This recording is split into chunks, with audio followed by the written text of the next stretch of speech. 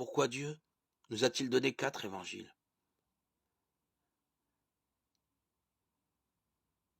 Voici quelques raisons pour lesquelles Dieu nous a donné 4 évangiles, plutôt qu'un seul.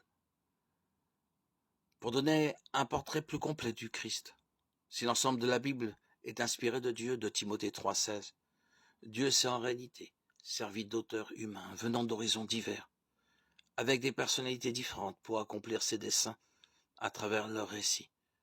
Chacun des auteurs évangéliques avait un objectif précis en écrivant son évangile, et pour atteindre son objectif, chacun d'eux a mis en avant différents aspects de la personne et du ministère de Jésus-Christ. Matthieu s'adressait à un public hébreu, et l'un de ses objectifs était de montrer, à partir de la généalogie de Jésus et des prophètes de l'Ancien Testament, qu'il a accompli, qu'il était bien le Messie attendu depuis si longtemps, afin de convaincre ses lecteurs de croire en lui. Matthieu insiste surtout sur le fait que Jésus est le roi promis, le fils de David, qui siégerait pour toujours sur le trône d'Israël. Matthieu 9, 27, 21, 9. Marc, un cousin de Barnabas, Colossiens 4, 10, était lui un témoin oculaire de la vie de Jésus-Christ, ainsi qu'un ami de l'apôtre Pierre. Le fait qu'il ne mentionne pas les détails qui comptent aux yeux des Juifs, généalogie, controverse entre Christ et les responsables juifs de son époque, citations fréquentes de l'Ancien Testament, et d'autres versets, montrent qu'il s'adresse à un public de gentils. Marc présente Christ comme le serviteur souffrant, venu non pour être servi, mais pour servir, et donner sa vie en rançon pour beaucoup. Marc 10, 45. Luc, le médecin bien-aimé, Colossiens 4, 14, évangéliste et compagnon de l'apôtre Paul, a écrit l'évangile de Luc ainsi que les actes des apôtres. C'est le seul auteur gentil du Nouveau Testament. Il est depuis longtemps reconnu comme un brillant historien par tous ceux qui ont utilisé ses écrits dans le cadre d'études historiques et généalogiques. En tant qu'historien, il déclare avoir voulu écrire un récit suivi de la vie de Christ, basé sur les rapports des témoins oculaires. Luc 1, 1, 4. Puisque son évangile est dédié à un certain Théophile, apparemment un gentil de haut rang. Il s'adresse à un public de gentils avec pour objectif de montrer que la foi chrétienne est basée sur des événements historiques avérés et vérifiables.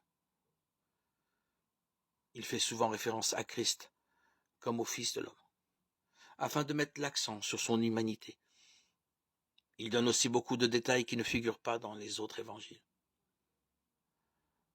Le livre de Jean, écrit par l'apôtre Jean, est différent des 3 autres évangiles, en ce que son contenu théologique consacré à la personne de Christ et au sens de la foi est plus dense. Les évangiles de Matthieu, Marc et Luc sont appelés évangiles synoptiques, à cause de leur style et de leur contenu similaire, et parce qu'ils font le synopsis de la vie de Christ.